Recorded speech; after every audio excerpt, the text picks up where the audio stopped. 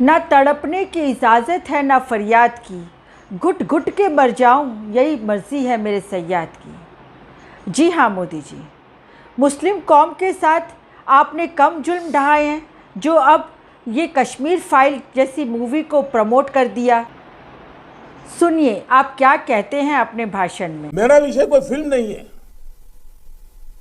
मेरा विषय है कि जो सत्य है उसको सही स्वरूप में देश के सामने लाना देश की भलाई के लिए होता है।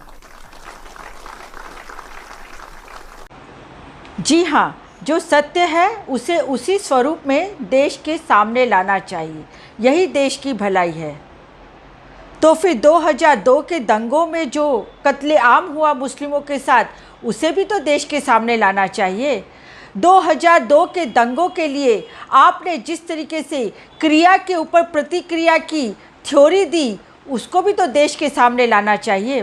2002 के दंगों में आपके आरएसएस के, बीजेपी के, बजरंग दल के, विश्व हिंदू परिषद के गुंडों ने जिस तरीके से मुस्लिम माँ बहन बेटियों की इज्जत लूटी, जिस तरीके से उनके गर्भ को चीर के एक बच्चे को हत्या कर डाली गर्भ के अंदर, वो भी तो सामने लाना चाहिए। जिस तरीके से एक पारसी परिवार की माँ ने अपने 8-10 बरस के बच्चे को आज तक वो ढूंढती है, और उसको भी तो सामने लाना चाहिए। अगर कश्मीर फाइल सामने लानी चाहिए थी और कश्मीर फाइल को आप प्रमोट करते हैं, तो क्यों मोदी जी, क्यों आपने परजानिया मूवी को रिलीज नहीं होने दिया? वो भी तो सत्य घटना पे आधारित थी, आपने क्यों उसको आज तक रिलीज नहीं होने दिया? उसमें भी तो एक माँ आज तक तड़प रही है अपने बच्चों के लिए, उस बच्चे को जिसने उसने अपने कोख से जन्म दिया, बड़ा किया, और उस बच्चे को उसने दंगे में खो दिया। ये भी सत्य बाहर आना चाहिए था। किस तरह के कांग्रेस के एमपी एहसान जाफरी साहब के गर्दन पे टायर लपेट के आपके गुंडों ने उन्हें आग के हवाले कर दिया। ये सत्य भी बाहर आना चाहिए कि किस तरीके से आपने लाशों के ढेर लगा दिए और कुएं में उनको डाल के सारी कुएं में आग लगा डाली। मोदी जी, सब सत्य बाहर आना चाहिए। और किस तरीके से आपको उस समय के प्रधानमंत्री स्वर्गीय श्री अटल बिहारी वाजपेयी ने आपको कहा था कि राजधर्म अपनाओ, राजधर्म जरूरी है। नहीं, पर आप राजधर्म करने नहीं आए हैं, आप सिर्फ हिंदू मुस्लिम करने आए हैं। जिस तरीके से हिंदू मुस्लिम करके आपने 2000 के दंगे भड़का के आपने सत्ता हासिल की, इसी तरीके से हिंदू मुस्लिम करके आप अमर पट्टा लिखवा देना चाहते हैं, भारत देश के इतिहास को बदल देना चाहते हैं। वाह रे वाह मोदी जी, आप भारत देश के प्रधानमंत्री हैं या फिर आरएसएस के फुल टाइम प्रचारक हैं? अभी भी चड्डी पहन के प्रचार करने निकल पड़ते हैं।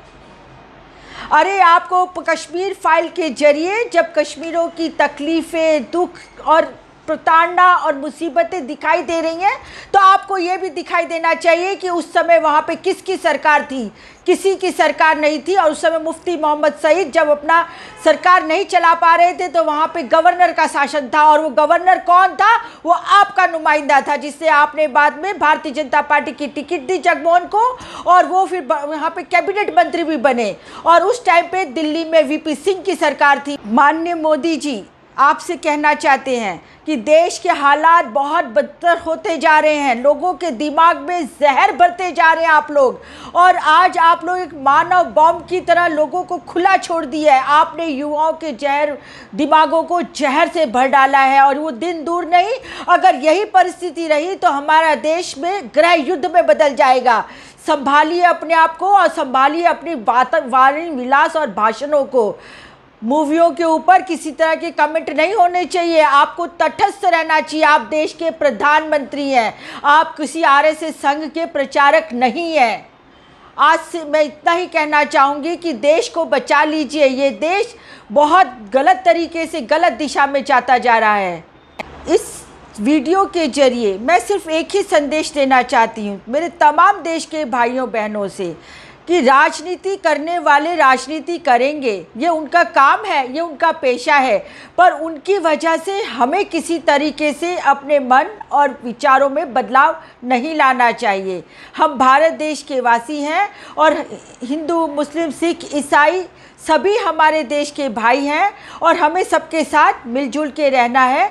यही हमारा संविधान कहता है, यही हमारा संविधान सिखाता है।